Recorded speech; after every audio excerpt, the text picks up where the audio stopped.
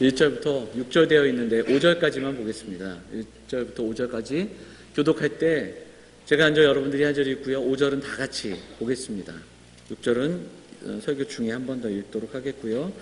1절부터 5절까지 말씀을 교독하도록 하고 5절 같이 보겠습니다. 사사들이 치리하던 때에 그 땅에 흉년이 드니라. 유다 베들레헴의 한 사람이 그의 아내와 두 아들을 데리고 모압 지방에 가서 거류하였는데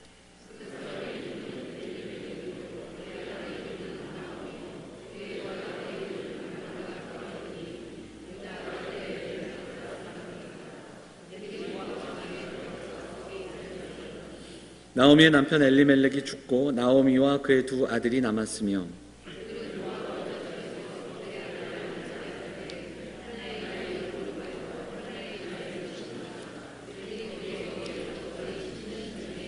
같이 보겠습니다. 말론과 기럨 두 사람이 다 죽고 그 여인은 두 아들과 남편의 뒤에 남았더라. 네. 호산나 찬양대 찬양하도록 하겠습니다.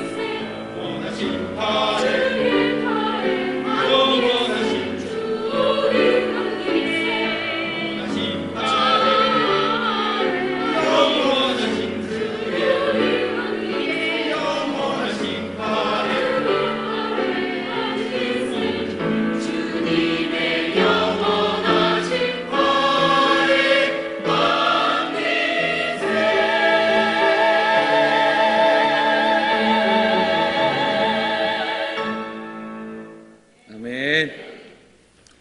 귀한 찬양 감사합니다. 찬양 가사처럼 오늘 주님의 팔에 좀 안기면서 좀 주님 주시는 평안을 누리는 귀한 이 예배 시간이 되기를 간절히 소망합니다. 양옆에 계신 분들 좀 인사하겠습니다. 한 주간 평안하셨습니까? 잘 오셨습니다. 이렇게 인사할까요? 네. 오늘 본문의 말씀 의지해서 집으로라는 제목으로 하나님 말씀을 좀 전하도록 하겠습니다. 저는 운동을 잘하는 편이 못돼서 운동을 하는 걸 그렇게 좋아하진 않습니다. 그런데 운동을 보는 거는 좋아합니다. 축구 보는 거 좋아하고 야구도 좋아하고요. 축구 같은 경우는 이제 골을 넣는 그 순간순간이 기가 막히지 않습니까?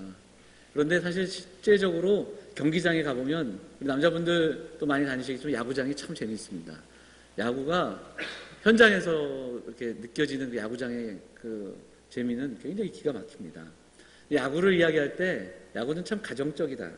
그렇게들 이야기하는 게 있어요. 왜 그런가 보니까 축구는 골 한 번 넣으면 점수 넣잖아요. 근데 야구는 그렇지 않아요. 1루에 있고 2루에 있고 3루에 있어도 사람들이 아무리 있어도 점수가 나지 않아요. 어디로 와야 됩니까? 들어와야 돼요. 어디로 들어옵니까? 홈으로 많이 아시네요. 네. 홈으로 들어와야 돼요. 홈으로. 그래서 야구를 어떻게 표현하냐면 홈에서 시작해서 홈에서 끝나는 경기다. 홈에서 출발해서 홈으로 들어오는 경기다. 그래서 우리 하루와 같다.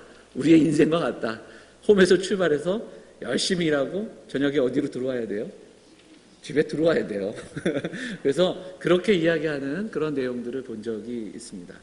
집이 있다는 거, 집으로 돌아온다는 건 이건 너무너무 귀한 일이고 좋은 일이죠.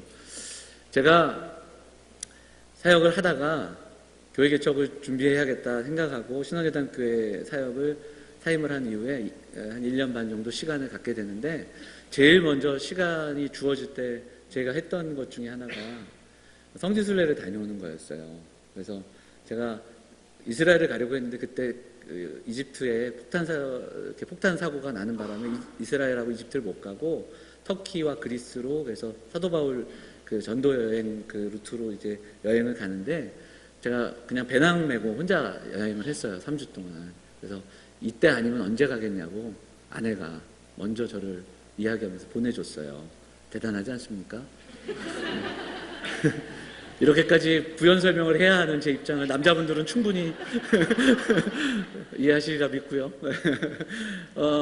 어쨌든 그렇게 여행을 했는데 참 너무 귀한 시간을 보내면서 3주 여행을 했는데 나중에 돌아와서 그 일기, 그러니까 여행했던 메모들 저녁마다 오늘 어디 갔었고 어디가 이런 것이 기억에 남고 이런 메모들을 쭉 그 메모를 쭉 보는데 여행 마지막에 한 3, 4일을 남겨둔 그 메모의 주된 내용은 집에 가는 게 너무너무 기쁜 그런 그 설레임들이 거기에 담겨 있더라고요. 제가 지금도 이해가 되지는 않지만 굉장히 그 여행을 출발하기 전보다도 더 설레이는 그 여행을 출발하기 전보다 오히려 집에 간다라는 게 제가 그때 사실 좀 많이 3주 지나면서 몸도 힘들고 여러 가지로 좀 힘들었던 것 같아요. 그러니까 그 내용이 뭐냐면 가족으로 돌아가는 것에 대한 그 설레임이 그 메모에 담겨져 있더라고요. 내가 그랬었나 할 정도로 그 한 3일 정도의 메모는 집으로 돌아감에 대한 설레임, 가족을 보고 싶은 또 그런 마음들이 거기에 메모에 제가 쓴 메모에 담겨 있는 것을 보게 됩니다. 돌아갈 수 있다라는 게 참 좋은 겁니다. 그래서 돌아갈 수 있는 여행을 할 때 그 돌아가는 나를 기다리고 있는 그곳, 돌아갈 수 있는 그곳이 있다라는 사실만으로도 우리는 가슴이 설레이고 벅찰 수 있는 거죠. 오늘 왜 이 말씀을 드리냐면 제가 몇 주 동안 사사기 말씀을 드리고 원래는 다른 그 내용들로 설교를 좀 이어가려고 했었습니다. 신약 말씀들을 준비했었는데 사사기 말씀을 마치면서 사사기가 너무너무 힘들고 어려운 시대로 마무리를 짓고 좀 암담한 것으로 끝났는데 사실은 성경은 암담하고 암울하게만 우리에게 그렇게 메시지를 주지 않습니다. 사사기 시대에도 그랬고 사사시대에도 하나님은 일하고 계셨습니다. 사사기를 보면 하나님은 도대체 뭘 하고 계셨는지 질문할 수 있는 그런 안타까운 시기, 지난주에 살펴봤던 17장부터 21장까지의 그 이스라엘 백성들의 그 모습들은 도대체 하나님은 왜 이들을 바라보시면서 그냥 놔두셨을까 하는 그런 질문까지도 주어지지만 하나님은 여전히 일하고 계셨습니다. 그 이야기가 어디에 나오는가? 룻기에 있다라는 겁니다. 룻기 1장은 한 가정의 이야기로 시작되지만 4장은 그 가정으로부터 시작된 하나님의 일하심, 그리고 왕이 없던 시대에 자기 소견대로 일하던 그 백성에게 임했던 하나님의 은혜, 그 은혜가 무엇입니까? 바로 다윗 왕에 대한 이야기가 룻기 마지막에 써 있다는 것을 우리가 볼 수 있게 됩니다. 말씀 들어가기 전에 얘기하기, 너무 추우십니까? 예, 에어컨을 꺼도 그렇게 덥지 않을 것 같은데, 예, 박 집사님 에어컨을 좀 조정이 될까요? 많이 좀 추워하시는 것 같은데 지금 켜 있죠, 에어컨이. 끌 수 있을까요? 예, 꺼도 더워지지 않을 것 같은데 좀 조정을 좀 부탁드리도록 하겠고요. 자, 알겠습니다. 말씀을 이어가도록 하겠습니다. 룻기의 시대적인 배경은 이렇습니다. 1장 1절이 이렇게 시작이 되죠. 어떻게 시작됩니까? 사사들이 치리하던 때에, 이렇게 시작이 됩니다. 그러니까 사사기 시대다. 시대적 배경이 나와요. 그런데 중요한 것은 뭐냐면 그때에 또 하나의 사건이 있습니다. 그 땅에 뭐가 들었다고요? 흉년이 들었다. 이렇게 시작이 됩니다. 제가 말씀드렸듯이 사사시대는 정착을 위한 시대입니다.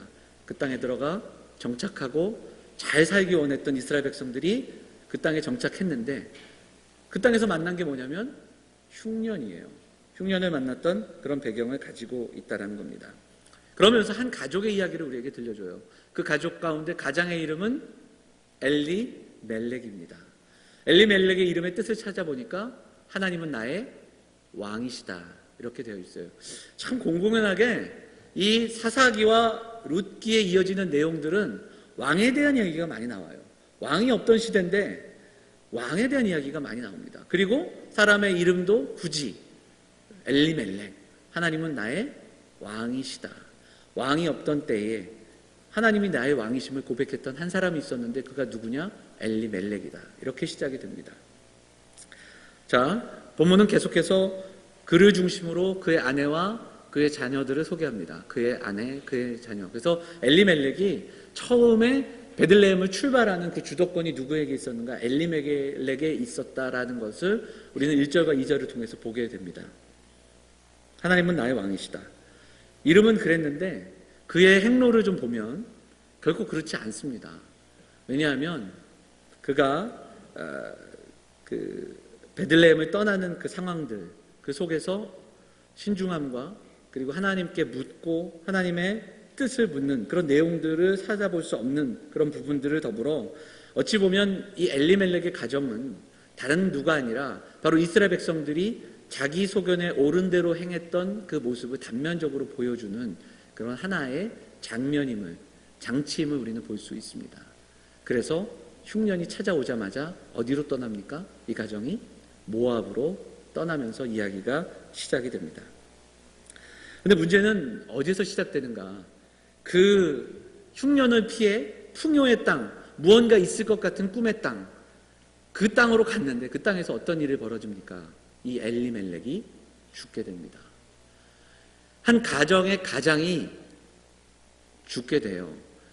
그 땅으로 떠나는 그 주도권을 갖고 있던 엘리멜렉이 죽게 됩니다. 그러면서 3절은 이 가정의 주도권을 누구에게 양도하고 있는가? 나오미에게 양도하고 있습니다. 그걸 어떻게 볼 수 있냐면 1절과 2절에서는 그 사람, 그의 아내, 그의 아들 이렇게 소개하다가 3절에서는 이걸 확 바꿔서 엘리멜렉을 어떻게 소개합니까? 나오미의 남편 엘리멜렉으로 소개합니다. 그러면서 룻기는 실질적으로 나오미가 전면에 등장하게 되는, 그리고 나오미의 이야기라는 것을 우리에게 말씀해주고 있습니다. 남편이 떠난 뒤에 이 여인은 그래도 최선을 다해서 자녀들을 돌아본 것 같습니다. 그런데 10년이 지나서 어떤 일이 또 벌어집니까? 아들, 그것도 두 아들이 죽습니다. 왜 그들이 죽었는지, 어떤 사고가 있었는지 전혀 설명하지 않아요, 성경은. 그런데 오히려 성경의 관점은 나오미가 처한 상황, 정말 암담하고 힘들고 앞뒤가 꽉 막힌 것 같은 이 상황을 우리에게 보여주고 있다는 겁니다. 이 장면을 읽을 때 여러분 비슷한 장면이 떠오르지 않으십니까? 창세기 12장, 아브라함이 하나님 말씀을 듣고 하나님 말씀대로 순종해서 가나안 땅으로 들어갔습니다. 가나안 땅에 들어가 그 약속의 땅에서 꿈을 안고 그 땅에 들어갔는데 제일 먼저 만난 게 뭐예요? 흉년입니다. 약속의 땅에 흉년이 찾아왔어요. 그때 아브라함이 제일 먼저 했던 판단과 결정이 무엇입니까? 어디로 가죠? 애굽으로 갑니다. 비슷하죠. 그리고 꿈이 있고, 그리고 풍요가 있고, 그래도 좀 더 나을 것 같았던 그 애굽에서 벌어지는 일들을 우리는 기억합니다. 어떤 일을 경험합니까? 사라를 바로에게 빼앗깁니다. 아내에게 큰 상처를 입히고, 물론 그런 상황 속에서 하나님 개입하셔서 상황을 바꿔주시긴 합니다만 어렵고 힘든 일을 겪습니다. 그런데 그거에 비할 수 없는 힘든 상황이 오늘 나오미가 처한 상황입니다.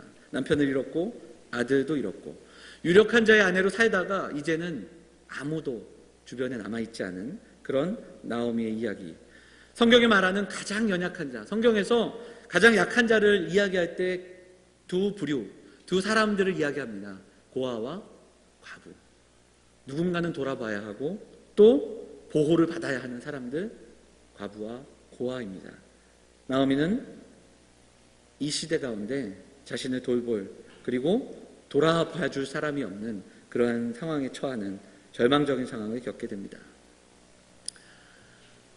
성경을 해석할 때 어떤 사람들은 이런 비극을 경험할 때 그들의 잘못을 들춰냅니다. 그들이 잘못했죠. 그들이 모압 땅에 갔기 때문에 이 벌을 받았다. 이렇게 해석하면 참 쉬울 수 있습니다. 욥의 친구들이 욥을 찾아왔을 때 욥이 당한 그 고난에 대한 해석은 네가 잘못한 일을 잘 생각해봐라. 네 죄 때문에 이런 거야. 그렇게 쉽게 정죄했습니다. 그런데 사실이 아니었죠. 이 룻기도 쉽게 해석하면 엘리멜렉이 하나님 앞에 약속의 땅을 떠났기 때문에 이런 어려운 일을 당했다. 이렇게 쉽게 그냥 결정할 수 있습니다. 더구나 그 두 아들은 이방 여인과 혼인했다. 그렇기 때문에 그들은 벌을 받았다. 이렇게 해석할 수도 있겠습니다. 그러나 성경은 그런 이야기를 하지 않습니다. 성경을 통해서 그런 그 인과 응보와 같은 그런 식의 어떤 저주와 그런 식의 그 상황을 우리에게 설명하고 있지 않다라는 겁니다. 아무도 알 수 없습니다. 왜 재난과 비극이 그들에게 임했는가? 아무도 설명할 수 없습니다. 도덕적인 원인과 삶의 원인으로 인해 그들이 이런 어려운 일을 당했다. 성경에 수많은 축복과 저주의 이야기가 나오는데 그런 이야기들이 그렇게 단순하게 규정질 수 없다라는 겁니다. 그렇게 되면, 그렇게 설명이 되면 지금 이 땅 가운데 살아가는 우리의 삶도 설명하기가 어렵습니다. 왜냐하면 믿음으로 살아가고 정말 하나님 은혜 가운데 살아가기를 원하고 믿음을 붙잡고 살아가는 사람들 중에 고통당하는 사람들이 있기 때문에 그렇습니다. 오히려 하나님 없이 하나님께 대항하여 하나님을 믿지 않고, 아니 하나님을 믿는 척하며 살아가지만 오히려 말씀대로 살아가지 않는 사람들이 승승장구하며 떵떵거리며 살아가는 것을 해석할 수 없다라는 겁니다. 그러니까 인과응보로 우리의 삶이 해석되지 않고 성경이 그렇게 해석되지 않는다라는 겁니다. 그런데 중요한 것은 뭐냐면 오늘 본문의 말씀들을 통하여 우리는 그 여인이 처한 상황, 암담하고 앞뒤가 막혀있는 상황은 우리가 분명히 바라볼 수 있다는 겁니다. 그리고 그들의 모습, 자기 소견에 옳은 대로 했던 그들의 일면의 모습은 우리가 살펴볼 수 있다는 거죠.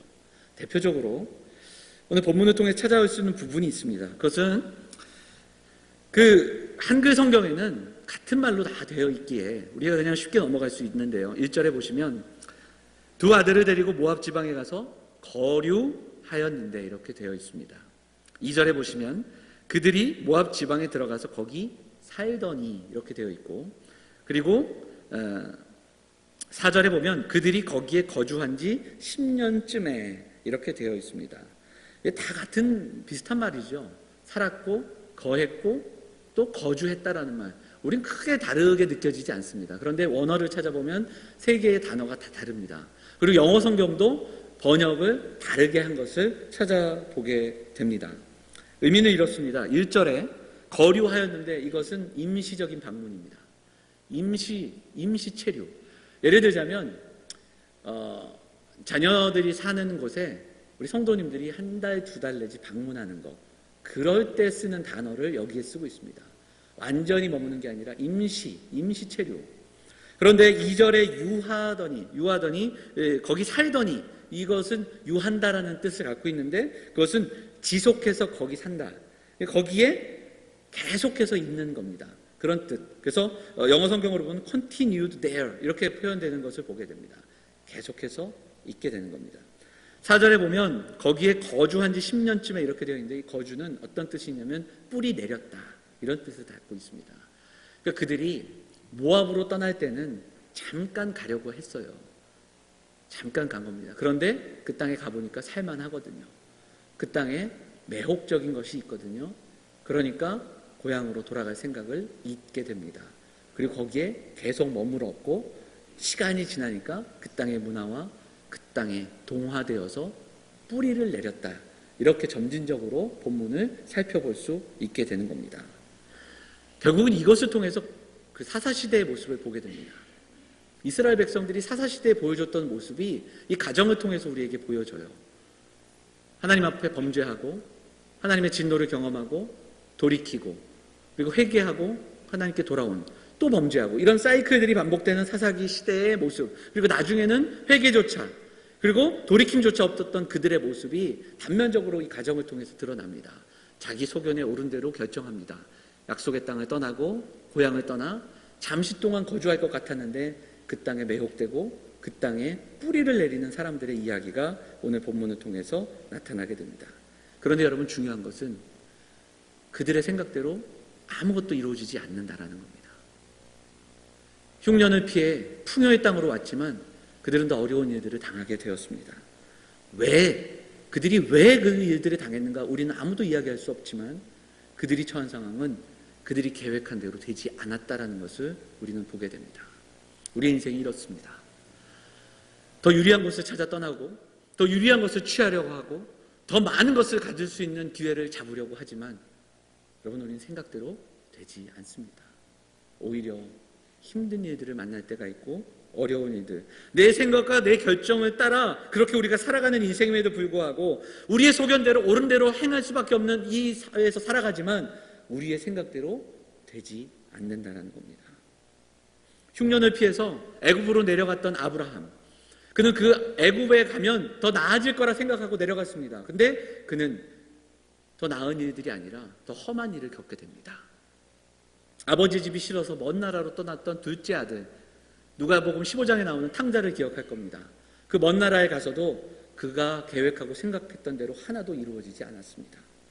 엘리멜렉이 계획하고 결정하고 떠난 그 여정 속에서 그 가족은 전혀 예상치 못했던 이런 일들을 겪게 되었다는 겁니다. 사랑하는 여러분, 오늘 말씀을 통해서 그들이 겪었던 그 일의 원인을 우리는 찾아낼 수는 없지만 그들의 현 상황을 통해 우리를 보게 됩니다. 그들이 그랬듯이 우리도 그렇게 발버둥치며 살아가지만 우리 뜻대로 우리의 인생을 우리는 조정할 수 없습니다. 그리고 우린 그런 인생을 살아가고 있다는 겁니다. 그런데요, 오늘 말씀은 우리에게 이 가정의 고난의 원인을 우리에게 제공하지 않고, 하지만 그렇게 힘든 시대를 살아가고 힘든 일을 겪었던 그 가정에 한 가지의 소망이 있었다는 것을 우리에게 분명하게 말씀해 주고 있습니다. 그게 6절이에요. 6절 말씀 읽도록 하겠습니다. 6절 말씀 같이 읽어볼까요? 시작. 그 여인이 모압 지방에서 여호와께서 자기 백성을 돌보시사 그들에게 양식을 주셨다 함을 듣고 이에 두 며느리와 함께 일어나 모압 지방에서 돌아오려 하여. 자, 6절에서는 어떤 이야기가 나오냐면 절망 속에 있는 나오미가 들었던 한 가지 소식이 나옵니다. 그건 뭐냐면 여호와께서 그 백성을 돌보아 주신다는 소식입니다. 성경이 우리에게 복음을 전할 때, 하나님의 말씀이 선포되고 그 복된 소식들이 전할 때는 항상 두 가지 동사를 우리에게 이야기합니다. 듣고 일어나는 겁니다. 그것이 오늘 본문에도 분명하게 선포되고 있습니다. 나오미에게 소망이 있었습니다. 그것은 들을 수 있었습니다. 그리고 듣고 그녀가 어떻게 했습니까? 일어났다라는 겁니다. 그것이 오늘 우리에게 주시는 소망입니다. 하나님이 그 백성을 돌보신다. 이 단어들을 좀 또 문장을 찾아보면 영어 성경을 통해서 보니까 하나님이 그들에게 오셔서 그들을 먹여주셨다. 이렇게 설명합니다. 또 다른 성경을 찾아보니까 하나님이 그의 백성을 방문하셨다. 그렇게 번역이 되는 걸 보게 됩니다.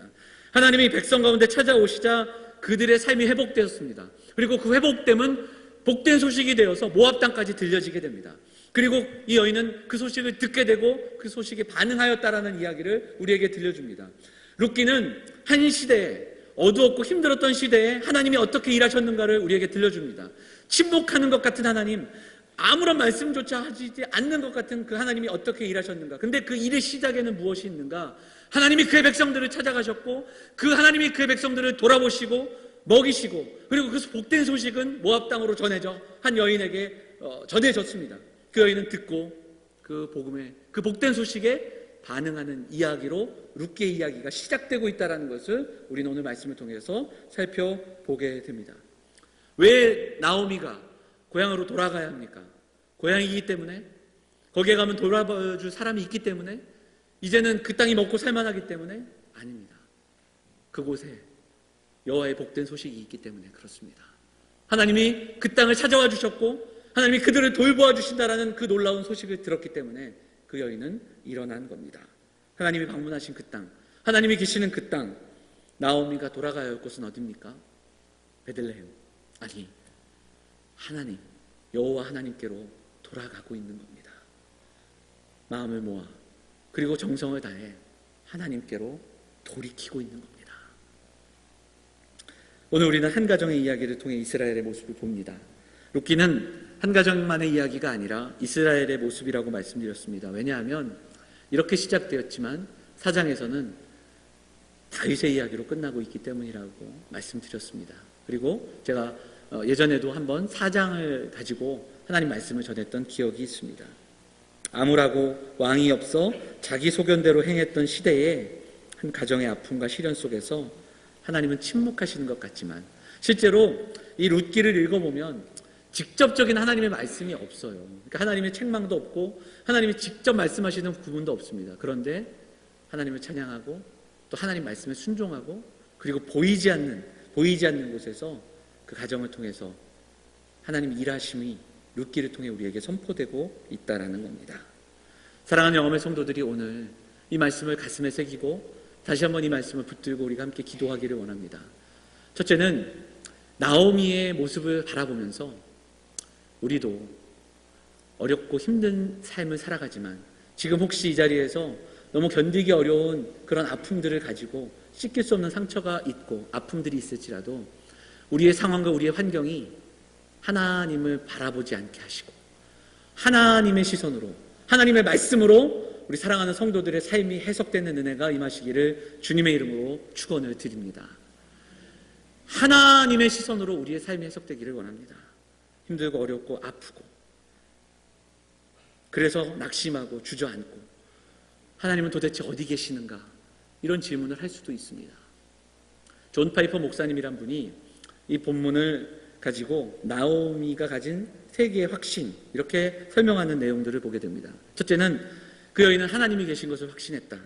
둘째는 하나님이 인생을 주관하심을 확신했다. 셋째는 이 암담하고 어둡고 앞뒤가 꽉 막힌 순간에도 하나님은 함께 하신다라는 그 확신이 그 여인에게 있었다. 그 이야기를 들려줍니다. 그 믿음이 있었기에 그 여인은 들을 수 있었고 그 들음에 반응하였다. 이렇게 해석하는 것을 보게 됩니다. 물론 이것은 룻기 전체를 통해서 그렇게 해석하는 내용임을 보게 되는데 실질적으로 1장을 보면 룻의 고백도 도대체 하나님이 왜 이러시는가 하는 탄식도 룻의 고백을 통해서 나오는 것을 보게 됩니다. 1장 20절 말씀 한번 볼까요? 1장 20절 같이 읽겠습니다. 시작. 나오미가 그들에게 이르되 나를 나오미라 부르지 말고 나를 마라라 부르라. 이는 전능자가 나를 심히 괴롭게 하셨음이니라. 이렇게 이야기합니다. 그렇습니다. 나오미조차도 왜 하나님이 나를 괴롭게 하신다라고 해석하고 낙심하기도 합니다. 그러나 결국 룻기는, 그리고 룻기의 마지막에 나오미와 룻의 고백과 이 가정의 모습은 우리에게 하나님께서 어떻게 이 가정을 돌보시고 바꾸어 주시는지를 우리에게 소개하고 있다는 겁니다. 많은 이들은 어렵고 힘든 상황 속에서 질문합니다. 하나님은 도대체 어디 계시는가? 막다른 골목에 믿음으로 살아감에도 불구하고 막다른 골목에서 어렵고 힘든 일을 겪을 때 성도들은 왜 하나님은 응답하지 않으시는가? 그런 질문을 할 때가 있습니다. 하나님은 침묵하시는 것 같은 때에, 실제로 지난주 우리 살펴봤던 사사기 17장에서 21장 그 암울한 이야기들 속에서 하나님은 아무런 말씀이 없으십니다. 하나님의 침묵. 6월에 구입한 저희 교회 도서가 있습니다. 일본 작가 엔도 슈사코가 쓴 침묵이라는 책입니다. 저희 도서관에 가면 있는데요. 아주 오래된 책입니다.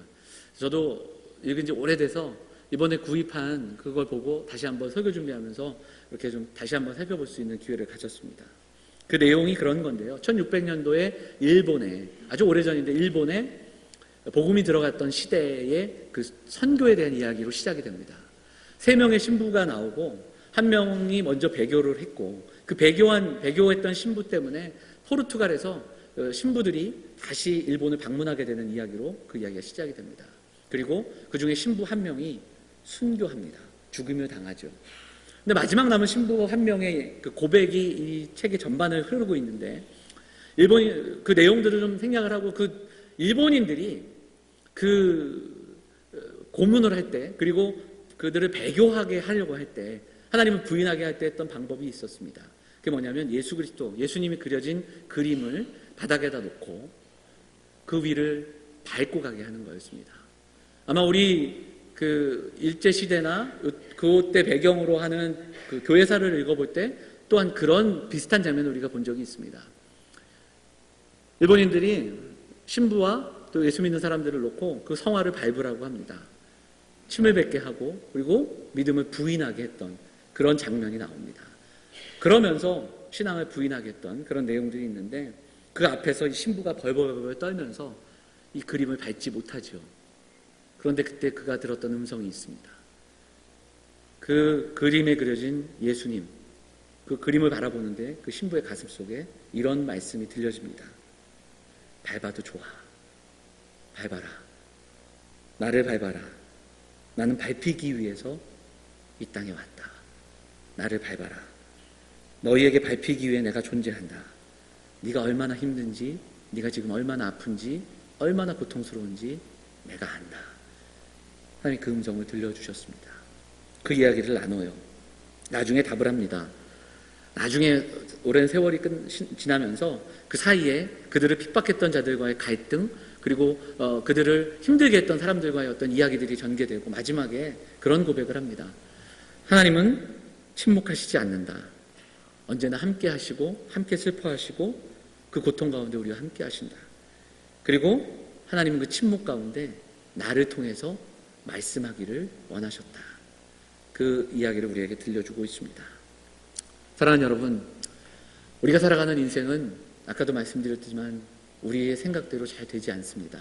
그럼에도 불구하고 인생을 살아갈 때 믿음으로 살아가는 것보다 우리의 소견대로 사는 것이 더 쉽습니다. 믿음으로 결정하고 믿음의 길을 가는 것보다 많은 사람들이 가는 길을 따라가는 것이 더 편하고 쉽습니다. 때로는 그것이 더 우리에게 유리하고 더 많은 것들을 가져다 줄 수 있는 것 같은 그런 인생을 우리가 살아가고 있다는 겁니다. 그런데 오늘 우리는 이 룻의 가정, 나오미의 가정을 통해서 분명히 생각해야 됩니다. 하나님의 백성은 그렇게 살아서는 안 됩니다. 하나님의 백성은 우리가 보는 대로, 우리가 느끼는 대로, 편리한 대로 그렇게 결정하고 그렇게 살아서는 안 된다는 겁니다. 우리의 힘든 상황과 우리의 어려운 상황들을 통해 하나님의 침묵을 함부로 이야기해서도 안 됩니다. 하나님의 일하심을 우리는 쉽게 판단할 수 없기 때문입니다. 오히려 힘들 때에도 어려울 때에도 하나님의 말씀과 하나님의 시선을 통해서 하나님의 마음을 경험하고 우리의 삶이 해석되는 은혜가 우리에게 경험되어지기를 간절히 소망합니다. 사랑하는 성도들의 삶 가운데 힘들고 어려운 일들을 넘어 우리와 동행하시고 우리의 아픔을 나누시는 그 하나님의 음성을 듣는 귀한 인생 다 되시기를 주님의 이름으로 축원을 드립니다. 마지막으로 한 가지 더 우리가 기도하기 원하는 것은 오늘 말씀을 통해 우리가 기억하기 원합니다. 힘들고 어려운 인생을 살아갈 때 그래도 우리에겐 소망이 있습니다. 우리에겐 돌아갈 곳이 있기 때문입니다. 여호와께 돌아가면 됩니다. 하나님께 돌아가면 되는 겁니다. 하나님께 돌아가면 되는 겁니다. 아무리 힘들고 어려워도 우리 인생의 주도권을 하나님께 내어드리면 되는 겁니다.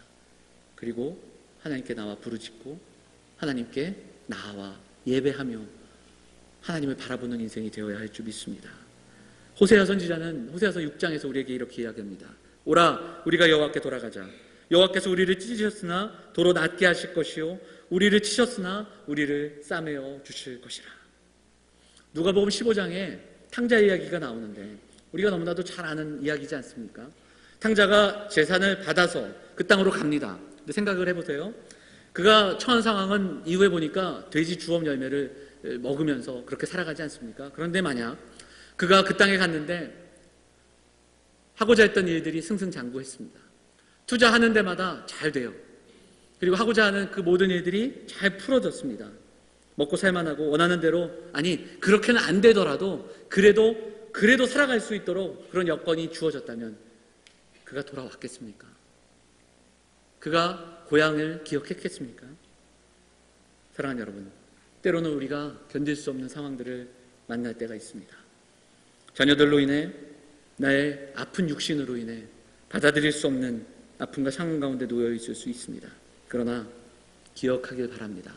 나오미처럼 그 힘든 상황 속에서 복된 소식을 듣고 여호와의 돌보심을 듣고 일어날 수 있다면 그 인생이 복된 인생인 줄 믿습니다. 힘들고 어려울 때 그 상황 속에서 우리의 시선을 다시 한번 들어 여호와께 돌아올 수만 있다면 우리 인생에는 소망이 있는 줄 믿습니다. 오늘 그 사실을 잊지 말고 우리가 함께 기도하며 하나님께 한 걸음 더 나아갈 수 있는 사랑하는 성도들이 되기를 간절히 소망합니다. 내일 일을 알 수 없지만 하루하루의 삶 속에서 하나님의 돌보심과 하나님의 인도하심을 향하여 우리는 오늘 지금 하나님께로 돌아가야 합니다.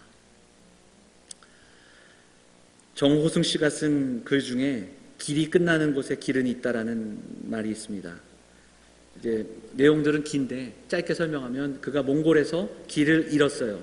밤새 길을 잃다가 결국은 동이트 때 길을 찾게 되는 그 상황 속에서 깨달은 그 이야기를 글을 통해서 들려줍니다.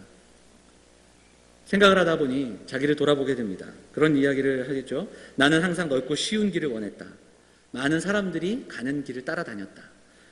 그리고 그 길만을 원했는데 항상 큰 길만 있는 게 아니고 어렵고 힘든 길이 있었고 그리고 아무도 없는 길을 만날 때가 있었다. 근데 나는 그때마다 당황하고 주저앉고 포기했다. 매 순간이 길을 찾는 인생임에도 불구하고 나는 포기하는 그런 모습들로 살아왔다. 그러면서 이런 글을 했습니다. 길이 끝나는 곳에서도 길은 있다. 길이 끝나는 곳에서도 길이 되는 사람은 있다. 스스로 사랑이 되어서 봄길을 걸어가는 사람이 있다. 이렇게 글을 마무리합니다. 사랑하는 여러분, 우리는 지금 어디에 서 있습니까? 어떤 인생으로 살아가고 있습니까? 하나님을 믿는다 하면서도 하나님의 백성임을 잊은 채 조금만 어려워도 불평하고 조금만 힘든 일을 만나도 주저앉고 마는 그런 인생은 아닌지 돌아보기를 원합니다. 아니면 모압으로 떠나지는 못하며 베들레헴에는 머물러 있지 못하고 어디로 갈지 몰라 방황하며 살아가는 우리들은 아닌지 돌아볼 수 있기를 원합니다. 길이 끝나는 것 같은 때에 길이 되는 사람들, 오늘 하나님을 바라보며 그 하나님을 향하여 우리의 마음을 돌이키는 사람들, 사랑하는 영험의 성도들이 그 길을 걸어가는 믿음의 사람들 다 되시기를 주님의 이름으로 축원을 드립니다. 힘들고 어려운 길이지만 함께 그 길로 나아갈 수 있기를 원합니다. 그래서 기도의 자리로, 예배의 자리로 나와 함께 기도하고 예배하면서 우리의 마음과 우리의 삶을 온전히 하나님께만 드릴 수 있는 우리 성도들이 될 수 있기를 간절히 소망합니다. 힘들고 어려웠던 사사시대를 지나 이 시대에 하나님께서 들어 쓰셨던 사람이 있습니다. 그 사람의 이름은 사무엘입니다.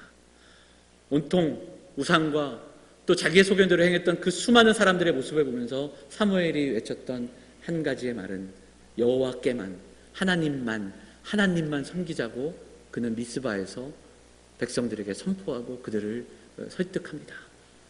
하나님만, 여호와께만 우리 인생에 소망이 있음을 믿으시고 오늘도 다시 한번 우리 힘들고 어려운 모든 삶들을 한 번 더 내려놓고 여호와께만, 하나님께만 돌아가기를 결단하는 사랑하는 영험의 성도들 다 되시기를 다시 한번 주님의 이름으로 축원을 드립니다.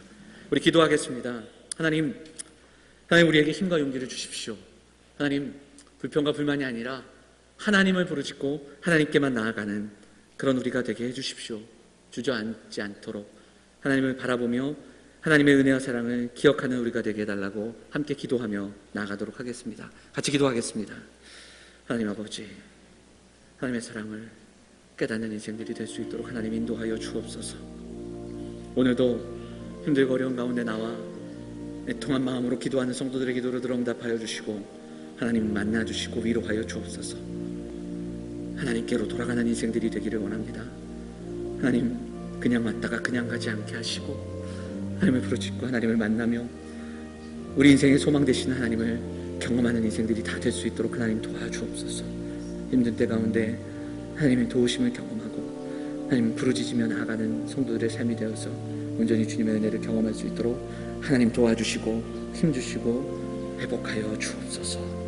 나도 우리 가운데 임하신 하나님의 은혜를 소망하며 이제 기도하는 성도들의 기도를 응답하여 주시고 하나님 저들을 회복시켜 주옵소서. 할 수 있도록 도와여 주옵소서. 사랑과 은혜가 풍성하신 아버지 하나님, 오늘도 우리가 하나님의 백성임을 기억하며 기도하게 하옵소서. 우리가 누구인지를 기억하며 살아가게 하옵소서.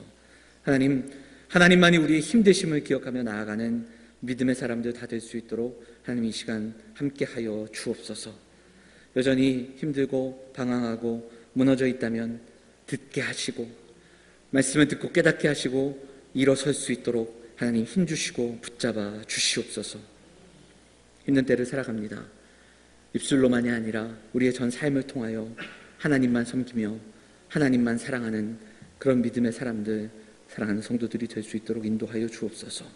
오늘도 간절한 마음으로 나와 기도하는 성도들의 기도를 응답하여 주시고 또 이 시간 우리의 삶을 내어드리고 또 예물을 드려 하나님 앞에 쓰임받는 인생 되기를 소망하며 나아온 성도들 기억하여 주시고 저들의 삶과 저들이 드린 예물 위에 은혜를 더하여 주셔서 우리가 하나님께 쓰임받는 인생 또 쓰임받는 믿음의 공동체 될 수 있도록 하나님 인도하여 주옵소서.